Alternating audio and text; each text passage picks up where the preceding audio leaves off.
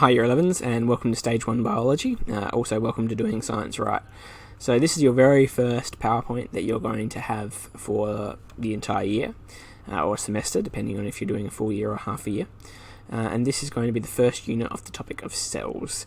Now, I'm not in this lesson, not in the video. I'm not going through all of the requirements for SACE. That'll be covered in the actual lesson in person. This is just going to go through the content, and there'll be one of these for every topics that we do each week. So for this week, week 1, we're going to be looking at living and non-living things. The very first thing we're going to look at here is, this is the very first need to know. So these are the SACE syllabus statements that you're going to be looking at in this topic. Now, these are the things that can be examined in the examination. These are things that can turn up in topic tests. They're not the only things, of course, but these are the things that say you must get from the end of the lesson. So for this lesson, we're looking at living things are distinguishable from non-living things, that cell theory unifies all living things, and that living things are made up of one or more cells. Each one of these will probably be covered in roughly one slide. So let's begin. So the first thing we're looking at here is that living things are distinguishable from non-living things.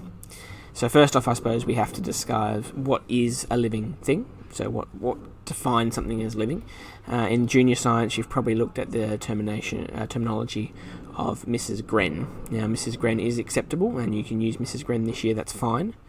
But Mrs. Gren, in a more scientific context, it doesn't give us an accurate answer if something's living or not for every object that we look at. Instead, we're going to look at, in Year 11, we're going to look at something called Mr. Sheng, which is much more accurate. Now, Mr. Sheng is covered in a lot more detail in your textbook on page 7 to 14. We're just going to cover the very basics in the PowerPoint and a little bit of, what does each letter stand for and how does that mean something's living? So let's have a look at Mr. Sheng. The first M is going to stand for metabolism, and that means that living things have chemical reactions that occur inside their body, and those reactions are responsible for creating compounds that are needed and creating energy, allowing us to breathe, allowing us to digest, all these things. Metabolism, basically all the chemical reactions in your body. If you don't have chemical reactions taking place inside the organism's body, it's not going to be considered as living. The R stands for reproduction. So all living things have to be able to reproduce. Now that can be either sexually or asexually. Now I'm sure you both know what both those words mean, but basically if anything has an A in front of it in biology, so like asexually, it means not. So you can either reproduce sexually or not sexually. Sensitivity is the S in Mr. Sheng, and that means that living things will respond to stimuli. So it might be something like there's, for example, a plant. If there's sun shining on one side of the room, the plant will grow towards the sun because it's getting its energy from the sun. So it responds to that light by growing towards it. Things like that. Homeostasis. Homeostasis is a terminology that we use to say that the environment inside an organism is kept stable. Now there's different ways of doing that. So for example, in humans, we use our metabolism, and we use other things like our nervous system, our endocrine system, to make sure certain conditions, like our body temperature, stay around 37 degrees. Now, there are some organisms that are living that can't do that. So, for example, reptiles can't maintain their temperature internally, and they have to maintain their environment by lying out in sun or burying themselves in sand to remove or add heat to their bodies. But they're still maintaining that stable environment, just not internally. So for something to be living, it doesn't have to be internally, but they have to maintain a stable environment somehow. Living things need to excrete, so they need to remove any waste that's created through metabolism. They need to take in nutrition, so they need to exchange materials such as food or gases with the environment to allow them to go through their metabolism. And lastly, they need to grow, so they need to change shape or need to change size. And if you meet all of those criteria, we can consider something as living. So we'll do a little bit of a quiz here. So for example, am I living is what we're looking at here, and we're looking at a paramecium.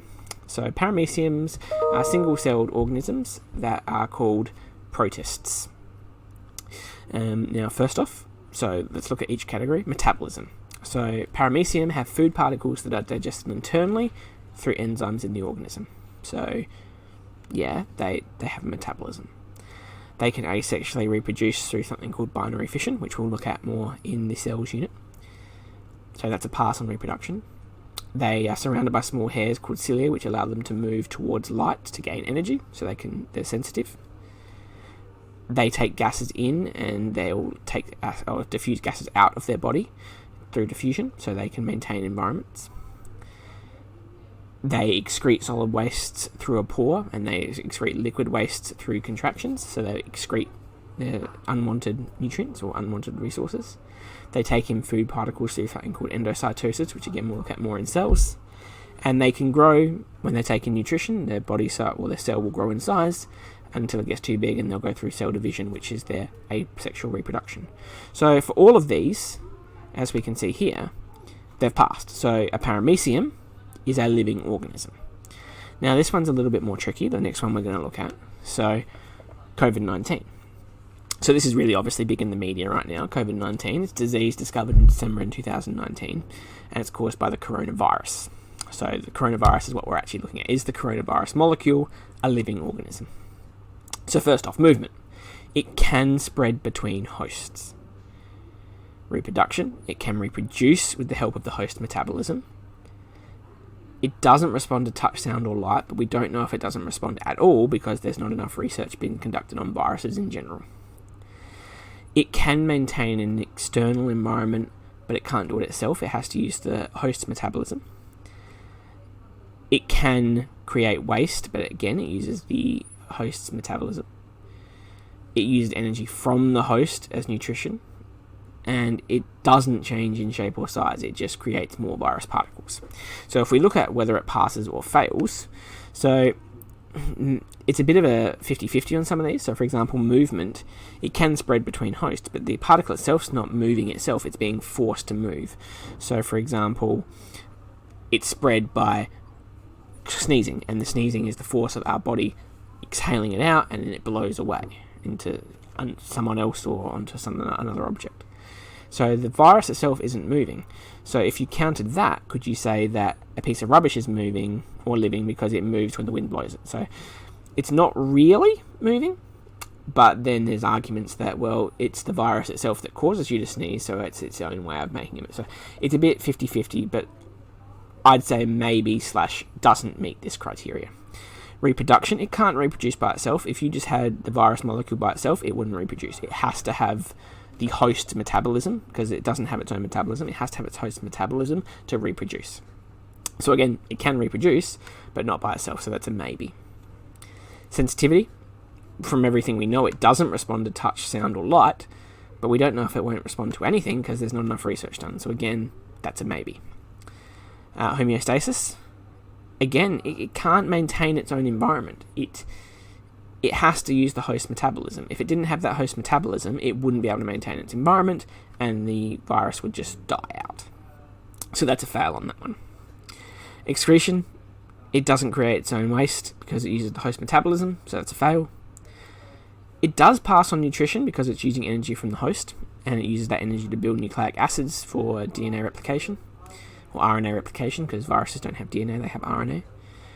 And it doesn't change in shape or size at all, it just divides, so that's a fail on that matter. So we've got 3 fails, 3 maybes, which mostly are fails anyway. So by Mr. Sheng, COVID-19 or the coronavirus, or any virus themselves, don't actually pass the are they living test. So the coronavirus is not really considered living by scientists, and that's all viruses. The flu virus, cold virus, rhinovirus, etc. None of these viruses are classified as living by scientists, but it's a key dispute in biology that most biologists and scientists say that viruses aren't living, but there are a few that say yes, they are living. So it's a dispute, but from the way that we define what is living or not living in year 11, or in year 12 for that matter as well, we can say that viruses aren't living.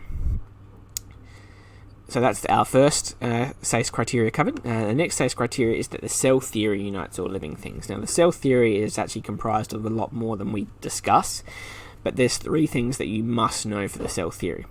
The first is that all things consist of one or more cells. All living organisms consist of one or more cells. All cells will arise from pre-existing cells by cell division. And lastly, that the cell is the fundamental unit of structure and function in all living organisms. So these 3 key concepts are the fundamental units of life, and that's basically called cell theory.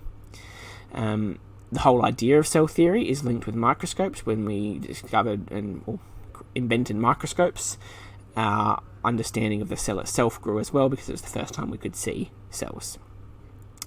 The reason that we call cells cells is because when Robert Hooke, who discovered the microscope and looked at the molecular structure of cork, he said that it looked like the cells that a monk would live in, and so he called it a cell.